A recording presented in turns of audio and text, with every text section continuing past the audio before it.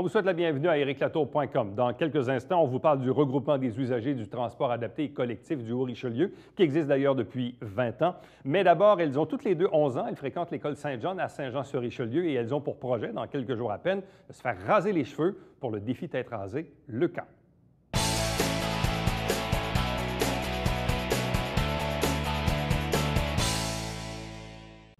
Depuis que Leucan a mis sur pied son défi tête rasée il y a de cela quelques années, les événements se sont multipliés un peu partout au Québec et même durant l'année. Il y a un événement d'ailleurs qui s'en vient très prochainement. C'est le samedi 1er octobre à Place Longueuil, ici même en Montérégie. Et on a deux participantes. Elles sont toutes les deux âgées de 11 ans. Elles fréquentent toutes les deux l'école Saint-John ici à Saint-Jean-sur-Richelieu. Je vous les présente à l'instant. D'abord, Roxane Ganin-Payet. Allô? Allô. Accompagnée de sa collègue de classe, Émilie Rose. Bonsoir et bienvenue. Bonjour. Qui a eu la brillante idée de soumettre vos candidatures au défi tête rasée? Moi. Elle. Ah oui? Pourquoi? Parce que mon grand-père a eu 3 fois le cancer. Puis je voulais aider ma ville. Puis à Bromont, il y a eu une activité de faire du ski comme 12 heures de temps. Oui. D'abord, j'ai eu l'idée là. OK. Donc, tu as eu l'idée durant l'hiver. Puis, à quel moment tu as informé tes parents de ta décision de dire, ben moi, là, je veux faire le défi tête rasée cette année? Pas longtemps après? Juin. Au mois de juin. Ouais. OK, donc ça fait quelques mois. Et à quel moment tu en as parlé à ton amie Roxane puis tu l'as invitée à faire comme toi? À ma fête.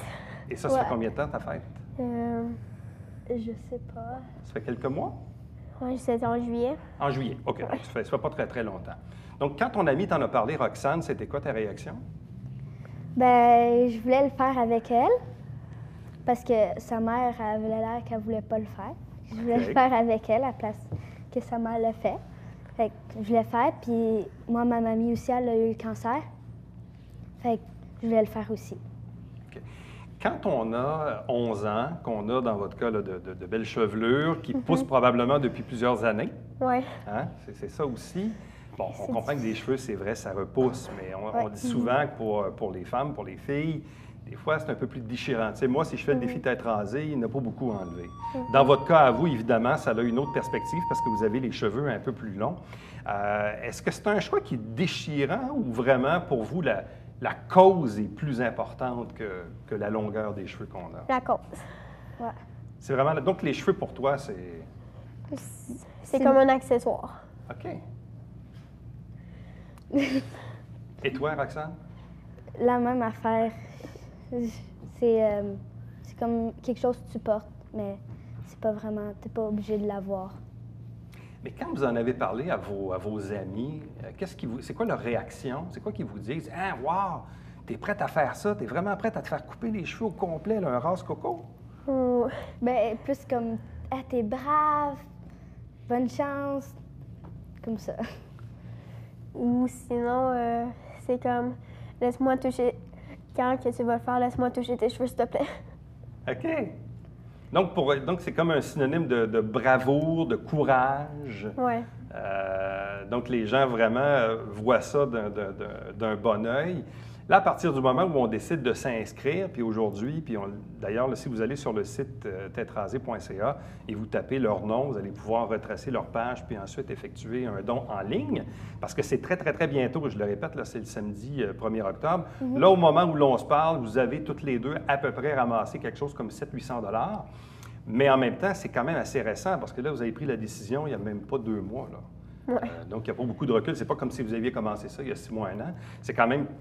Moi, en tout cas, honnêtement, puis je le disais tantôt à vos parents, moi, ma fille l'a fait il y a 5 ans, mais elle s'était préparée 6 mois d'avance. Là, vous, c'est 2 mois d'avance. Aller recueillir déjà un 700-800 $, c'est déjà beaucoup d'argent. Et là, de quelle façon vous appréhendez cette journée-là? Parce que là, je comprends que d'ici ce temps-là, vous ramassez des sous, mais là, le jour J va arriver, là. Oui. Puis là, vous allez être assis sur la chaise, puis là, le clipper va partir, là. Je vais bouger sur ma chaise. Ça va faire des belles photos? Oui. Hein? Moi, je vais être correcte parce que je vais la voir, puis après, je vais fermer mes yeux. Parce vas fermer tes yeux. Elle est 10 minutes avant moi. OK. Et je vais être correct. OK, elle est avant toi. Oui. Donc, toi, tu vas la regarder se faire couper les cheveux. Oui. Puis après Pas mal ça va être ça. à ton tour. Ben, il y en aura d'autres avant moi. Il y en a d'autres avant toi, puis après Ouais. ça va être à ton tour. Mhm. Mais là, qu'est-ce qu'ils vont faire avec vos cheveux? Ils vont faire une perruque avec. Ou, puis le reste qui est non utilisable, sûrement qu'il va faire des pilules. OK. Donc, les cheveux sont assez longs pour ça, pour faire des perruques? Oui. Oui. Ça prend un beau gros 16 à 20 cm minimum. Bon. Vous autres, là, ça fait combien d'années que vous vous laissez pousser les cheveux comme ça? Depuis que je suis petite. OK. Donc depuis que tu es tout petite, ça n'a jamais vraiment été coupé. Tu n'as jamais eu les cheveux aux épaules, là? Ouais. Jamais, là. Moi, J'en- oui. Toi, oui, il y a quelques années? Elle était pas là, mais ma mère, elle voulait que je me coupe les cheveux. OK. Puis elle voulait pas que ça aille comme super long, fait qu'elle m'a coupé jusqu'aux épaules. OK. Ça fait quelques années de ça? Un Ouais. petit bout de temps? Moi. OK. Puis là, qu'est-ce qui fait que tu as décidé de les laisser repousser? Je sais pas. Tu trouvais ça beau? Tu trouvais ça cute? Tu voulais avoir des cheveux longs comme... Je voulais avoir les cheveux longs. Bon. Mais là, une fois qu'ils vont être coupés puis qu'ils vont être rasés, là, c'est rase-coco, là. Ouais. Mhm. Après ça, vous allez vous sentir comment? Brave. OK? Pas vraiment quelque chose. Une fierté d'avoir posé le geste? Brave. Le un sentiment peu. du devoir accompli? Ouais. Avoir aidé des gens.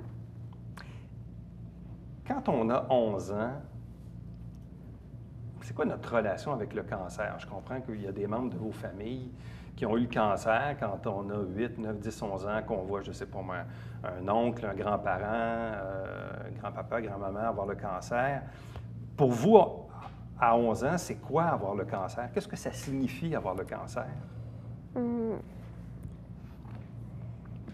C'est dur à expliquer. Quelqu'un qui est malade, puis qui a... Une maladie grave. Mm. Une maladie Puis- grave? Puis, qui a besoin d'aide avec la maladie. Il faut qu'il aille à l'hôpital. Ouais. OK. Pas mal. Est-ce que le fait aussi que le cancer, dans certains cas, malheureusement, c'est une maladie qui peut être mortelle, est-ce que ça aussi, pour vous, même si vous êtes très, très jeune, de dire « Hey, wow, il y a des gens que j'aime qui ont un cancer, qui ont une maladie, qui, dans certains cas, peut entraîner la mort. » Est-ce que ça vient vous chercher? Oui. Ouais. D'avoir à perdre un être cher ou d'avoir le risque de perdre un être cher? Ouais. Ouais. Oui? Ouais. Tu veux rajouter quelque chose? Non. Non, c'est bon. Là, maintenant, on est dans quelques jours, évidemment, il faut ramasser des sous. Là, jusqu'à date, c'est qui vous a donné des sous? Est-ce que vous avez vu un peu des parents, des amis? Des amis à mon père? Des amis à ton père. Il y a des bons amis, ton père? Ouais. Puis il y a aussi ses amis de Facebook. OK. Puis ma famille. Elle m'a OK. aidé beaucoup aussi. OK. Dans ton cas, toi? Moi, j'ai invité tous les membres de ma famille qui pouvaient. J'ai fait mon discours, puis j'avais un pot. OK. Puis tous ceux-là qui voulaient m'encourager, mettaient de l'argent, un montant d'argent qu'ils voulaient. Puis, comme ma mère a une garderie, d'abord beaucoup des parents m'aident, comme à ramasser des canettes ou sinon me donner de l'argent. OK. Et là, qu'est-ce que tu disais dans ton discours? Ça dépend quelle part. Je ne sais pas. On a quand même fait toute la rue de ton coin. Oui, OK, vous avez fait aussi la rue... oui. On a ramassé 7, À peu près proche de 100. non, 700, non, pas 700, c'est Trop. exagéré. 70, Trop un peu quoi? pour Ouais, un coin. 70. 70 à peu Ouais. près? OK, dans la rue, ça, c'est juste ce coup-là, là. Oui, Ben, comme c'était quand même long, on a fait 1 heure. oui. OK. 1 heure dehors. Au gros soleil. Oui, au gros soleil. Il faisait chaud? Avec Ouais. sa mère puis sa soeur dans l'auto. Je pense que vous aviez des cheveux. Oui. Il y a ça, hein? C'est quoi le message que vous voulez passer aujourd'hui? Parce que là, il reste quelques jours, les gens peuvent encore aller en ligne pour effectuer des dons. Jusqu'au jour J, vous allez vous faire raser la tête. C'est quoi le message que vous voulez passer aux gens qui nous regardent? Là? Là, vous avez une occasion là, de passer votre message. T'as dit quelque chose? Qu'avec l'argent, ben, ça peut aider beaucoup de familles puis d'enfants. Comme que je disais dans mon vidéo, avec le minimum, c'est 25 $. Un enfant peut avoir 2 chandails pour la radiographie, je pense. Ouais. Puis jusqu'à 500 pour une journée à l'hôpital, un mois à l'hôpital, une salle de jeu. OK. Ouais. Pour les Donc, gens vraiment qui- pour aider les gens qui sont atteints de la maladie, qui peuvent avoir des facilités Ouais. durant leur combat contre la maladie. Et Ça peut aider les enfants comme les parents, puis la famille. Et le fait de donner les cheveux pour en faire des perruques, qu'est-ce que ça représente pour vous autres? Parce qu'il y a des gens qui ont le cancer, qui ont évidemment de la chimiothérapie, perdent leurs cheveux et laissent ça comme ça. Pour d'autres personnes, c'est important de se munir d'une perruque le temps des traitements et c'est à ça que vos cheveux vont servir. Donc, pour vous, en quoi c'est important que vos cheveux servent à ces perruques-là qui vont être portées là, par des personnes? Là? Que ça va aider les gens, puis les gens vont être super contents d'avoir des cheveux comme ça. Soit brun ou blond, Ouais. Ouais. N'importe quelle couleur. ou bouclé, un peu.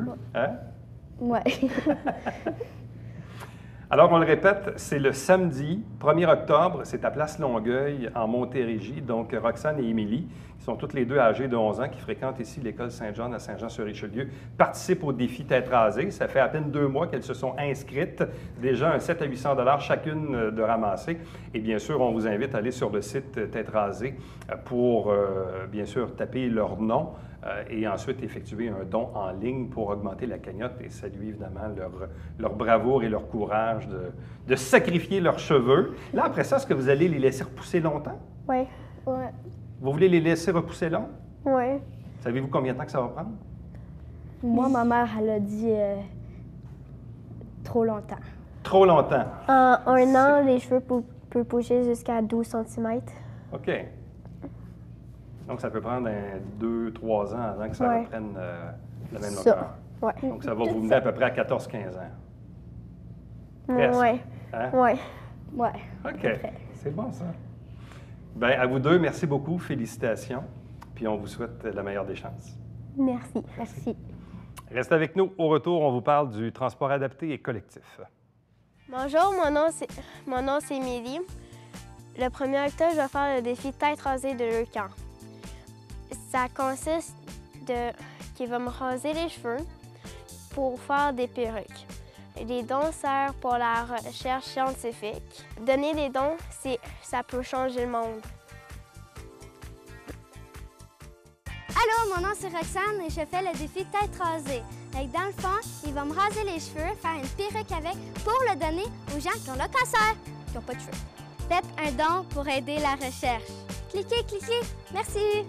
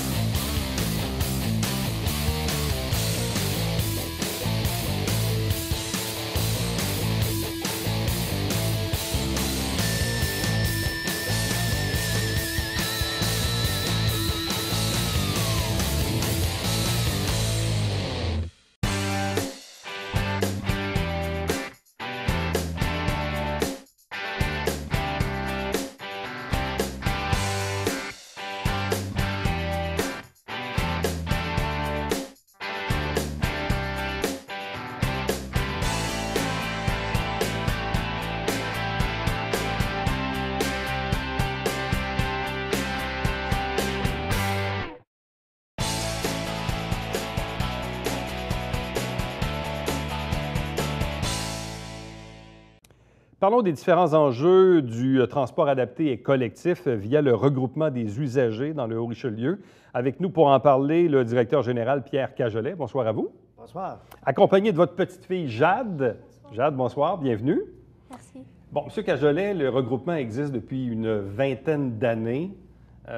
On a fait du chemin. Il en reste encore à faire. Il y a encore des enjeux à venir.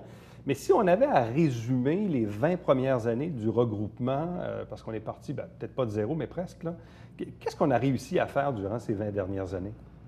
Bien, le transport adapté dans le Haut-Richelieu remonte en 1982, qui a eu un début de transport adapté. Mais toute l'autorité municipale, depuis ce temps-là, à venir aujourd'hui, il n'y a pas un maire, aucun directeur, ils ont compris la mission et l'objectif du transport adapté. Ils n'ont jamais compris ça encore. Pour eux autres, là, le transport urbain, c'est la même chose que le transport adapté. Pourtant, le transport adapté, sa mission, son objectif, c'est de briser l'isolement, l'intégration de la personne handicapée, briser la solitude, tisser des liens, la participation économique, sociale des gens, les sortir de la maison. Mais la municipalité de Saint-Jean n'a jamais compris ça. Jamais, jamais, jamais. Fait que, vous voyez, en 96, quand on a fondé ça, il y avait 650 personnes admises au transport. 78 000 déplacements par année. Quand même. Ça a monté, le nombre de personnes admises. En 2000, 80 000 déplacements par année.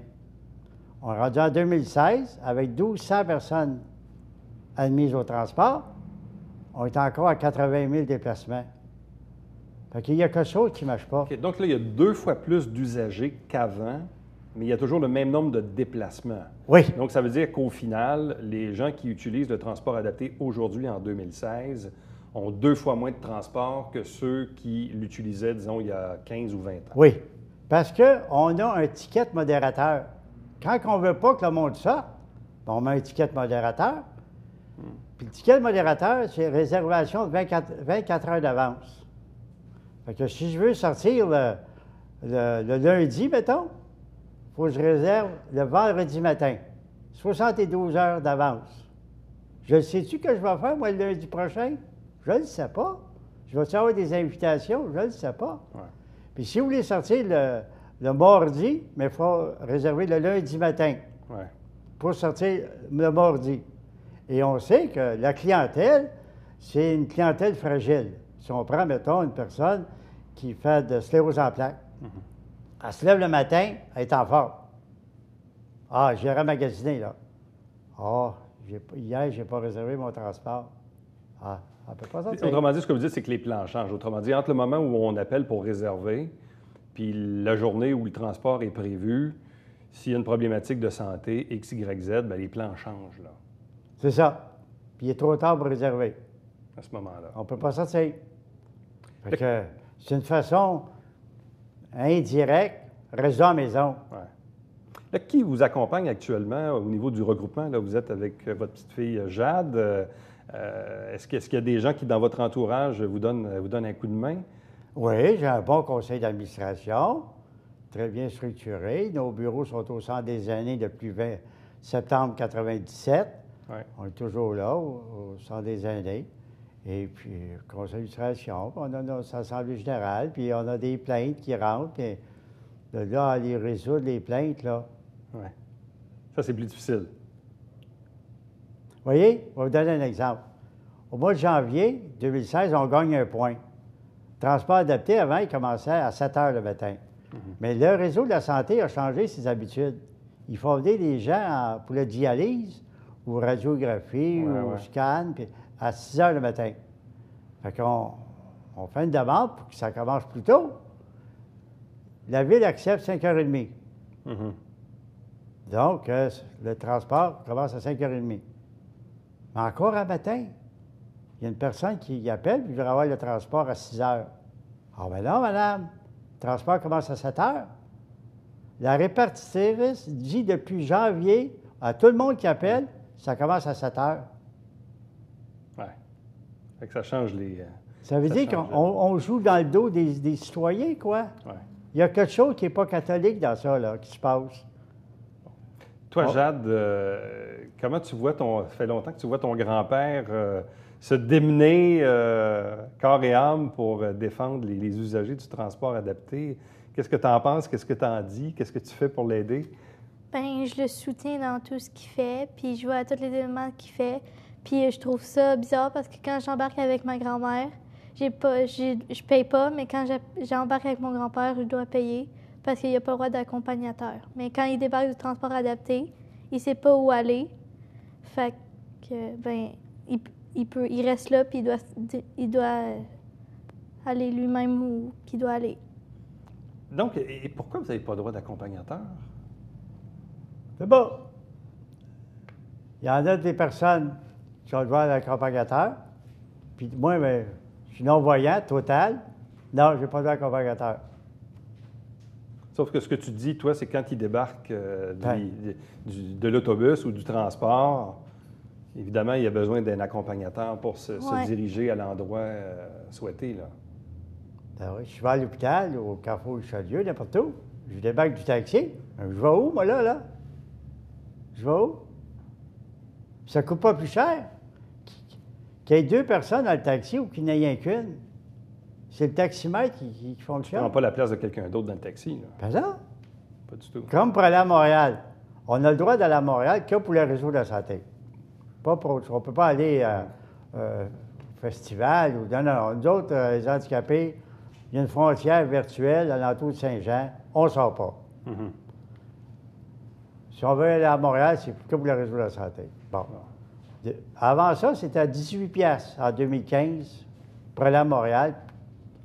18 piastres pour venir. En 2016, ils ont mis ça à 24 piastres. C'est beaucoup, 6 piastres d'augmentation d'une shot comme ça, là. On aurait fait ça dans le transport interurbain, il y aurait eu des levées de boucliers. Puis là, quand tu accompagnes ton grand-père, ça coûte combien à ce moment-là? C'est quoi les frais? Un billet d'autobus. Ça coûte le prix d'un billet d'autobus. C'est l'équivalent d'un billet d'autobus. C'est ça. Bon. Puis là, quand tu accompagnes ton grand-père, qu'est-ce que tu fais? Bien, je dois dire où aller. Il doit me tenir par le bras, puis je dois le diriger jusqu'à où il doit aller. Donc, ça lui donne un bon coup de main? Oui.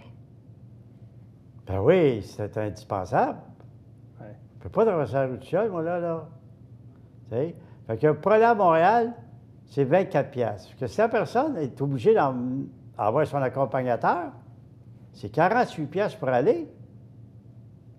Parce que l'accompagnateur paye. Et quand on est en mode de transport urbain, quels sont les frais qui sont exigés aux usagers? Disons que j'habite dans NDL, puis je dois aller à l'hôpital ou je veux aller au Carrefour Richelieu. Est-ce qu'il y a des frais qui sont exigés aux usagers? Pour l'accompagnateur, c'est gratuit. Dans le transport urbain, interurbain, je vais prendre l'autocar Montréal-Québec, l'accompagnateur ne paye pas. Je vais prendre le train, traverser tout le Canada, l'accompagnateur ne paye pas. Mm-hmm. Puis là, j'arrive dans le transport adapté, qui est supposé, pour moi, l'accompagnateur paye. Tout de payer à ce moment-là. C'est ridicule. Oui. C'est ridicule, là.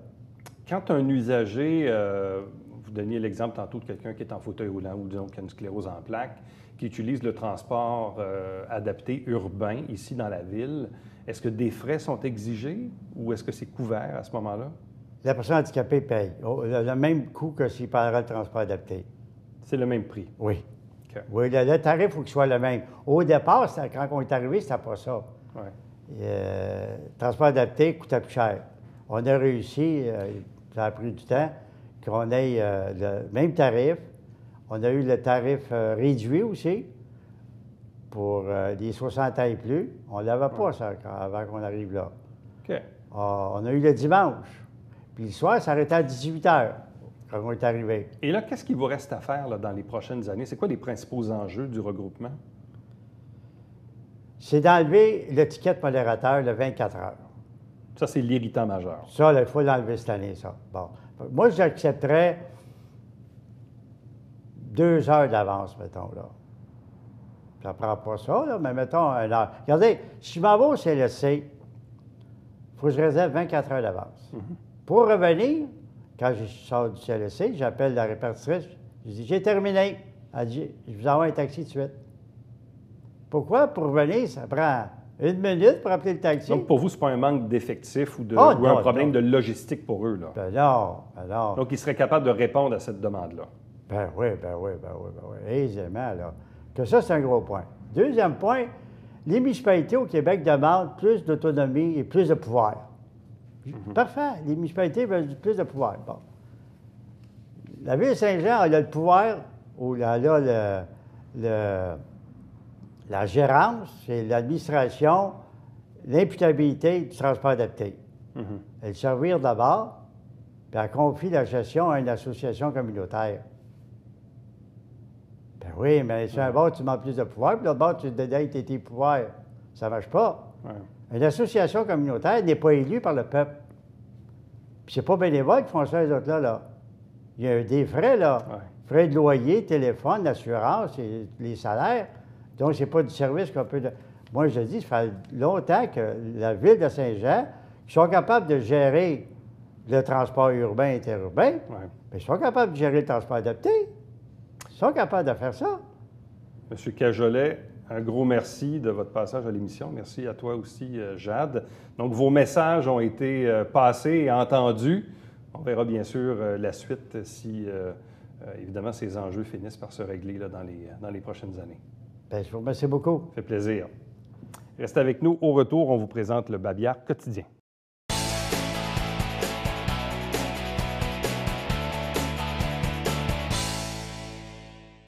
Mercredi 28 septembre, au Cabaret Théâtre du Vieux-Saint-Jean, c'est un spectacle gratuit avec une dizaine d'artistes d'ici, dont Valérie Lahaye, Thomas Hudson, etc., Jeffrey Piton.